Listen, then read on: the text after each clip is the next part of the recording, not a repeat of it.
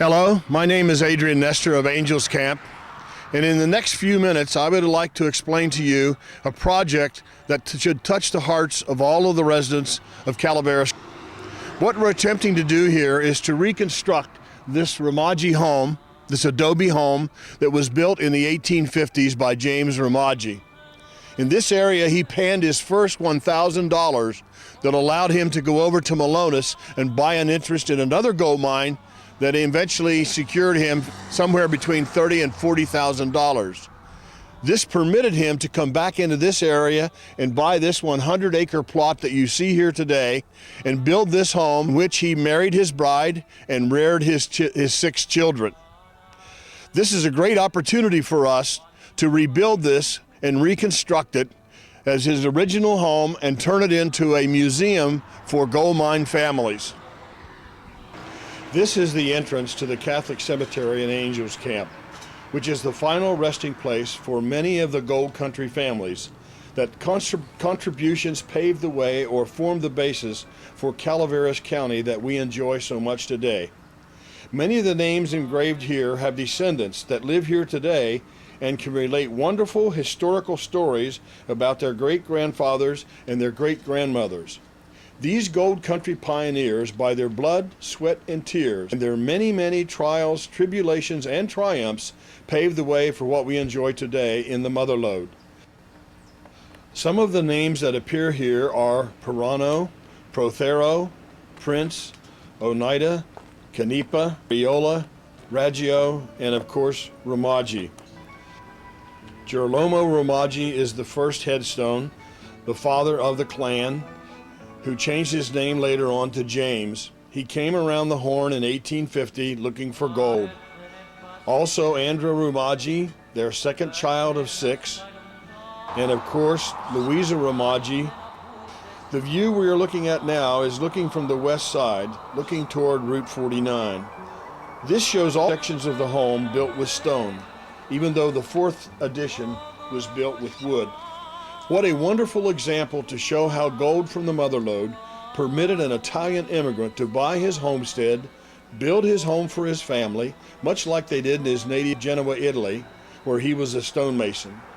Note the smaller windows on the 3rd addition. This section was built a little bit differently in the style of constructions. The walls were less thick, and it was basically used for a dry storage area store, in which they stored coffee, sugar, flour, and meats. Examining the 2nd addition, built to match the main house that was built in 1852, 150 years ago, this southern addition matches the main home with 2 walls and locust headers shipped in from China that keeps the doors and windows square after all these years. This portion of the 2nd addition was a wine cellar. When Highway 49 passed next to the building before the 1985 relocation, a car ran into this end of the building, causing the damage you're seeing here. You can see the substantial floor joists to support the floors for the area where the stagecoach passengers slept overnight. Also, the steel reinforcing rods that ran side within the house with large plates on the outside holding the walls to maintain their strength. Note the large rocks placed over the wine cellar door. What workmanship! Instead of continuing in the search for more gold, James Romaggi became door, bar, and card room owner and operator while fathering and rearing 6 children in the same building. Notice the windows for the upstairs sleeping rooms and the doors leading to each separate section. You can see as we move around that it was built in 4 steps or stages to match his family as the Romaggis grew from 2 to 8 people in a total of 17 years. This picture shows the extent of fruit trees that surrounds the home in the late 1860s. The pipe bringing water for irrigation can be seen at the bottom left, the vineyard to the top right, and then the Miwok Indians who roamed and lived in the woods behind their house halfway up the hill, and a miner's tent at the very crest. It appears from this picture that the Romaggis grew their own fruits and vegetables for their own use as well as supply the store. While we show you other aspects of the structure, let me explain some details about the home today. It has been unoccupied since in the 1930s, and weather and father time has started to take their toll. The .69 acres of the site is presently owned through 6 shares of stock. The application to have the home designated as a National Historical Landmark will be made in January 2003. This will open the possibility for grants and matching funds to reconstruct the home as a museum. Source of the funds for this project will come from the following places: California Parks and Recreation, Proposition 40, Highway 49 Corridor, Ebbets Pass Scenic Byway, private donors, foundations, and charitable fundraisers. We also will be asking local contractors, once we have title to the property, to donate 1 day of their respective trade, plumbing, electrical, roofing, to bring the building up to today's standards of a historical landmark.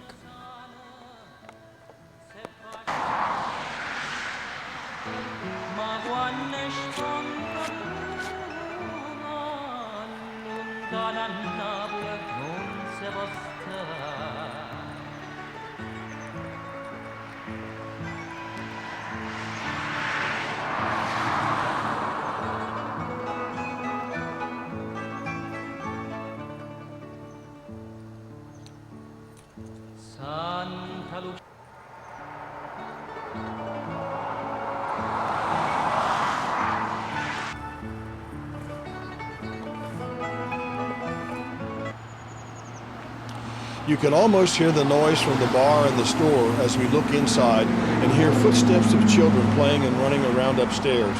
Route 49, the old location, ran right in entrance to the home and the store. And the store was located to the right of the main door, and the bar to the rear of the room, with steps along the back wall leading to the bedrooms upstairs. The card table was to the left of the door. The hook in the ceiling is to raise a 4x4 trapdoor to get access to the roof cellar underneath the main floor. The first floor, as well as the second, have been burned over a period of time for heat during the Depression when homeless hobos occupied the home. I would like to mention at this time that we're setting up a charitable foundation for the Gold Country Family Museum under the Calaveras Community Foundation at the beginning of 2003 to administer the funds for the reconstruction. They also will handle the grants and the donors, tax deductible, and file all the appropriate tax returns. The iron hinges are for the typical solid iron shutters that were used in those days for security, and you can see these all over the mother lode as you go from building to building. We have also contacted a company in San Francisco that does this type of stone reconstruction and should be getting an estimate from them in early 2003. We also have been in contact with an architectural firm in Fremont that rebuilt an Adobe in Fremont that was constructed in 1842. If anyone listening to this program is aware of some local stonemasons or firms that also do this type of reconstruction and are local, please call me and pass on this information, or pass a request to someone you know that may be interested in helping on or participating. This is the north end of the building, where it's only the wooden admission was made. You can see where the roof line met the stone structure when we took this first video on November the 22nd. As you think back over the last few minutes of looking at this fine 150-year-old home, right on the main highway that all the tourists and history buffs and sightseers travel right by, that in all those 150 years, no one has tried to restore or maintain this beautiful example of our mother lode Gold Country heritage. So, here is our chance to keep this monument from passing into a pile of stone. How many times have you wondered about how great it would be to still have the train tracks from Sonora to Angels Camp? How about the Leitner Mine or the Utica? Now maybe those were impossible to reconstruct, but what jewels they would be for our tourist trade and additional tax dollars to Calaveras County today. If you're interested in finding out more about this project and lending a hand in the reconstruction process, please call Adrian Nestor at 209-736-9522.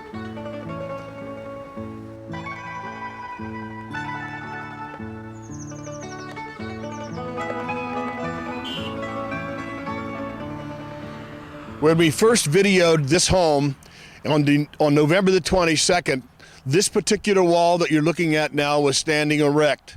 On December the 16th, during the storm that we had here locally that had a tremendous amount of wind and a lot of rain over a 2-day, this wall crumbled to earth. And this is exactly what we mentioned earlier on in the fact that Father Time and nature takes its toll on this kind of a structure that was built over 150 years ago. So our intent to try to accelerate this program to get this building reconstructed before anything like this happens to the other parts of the structure.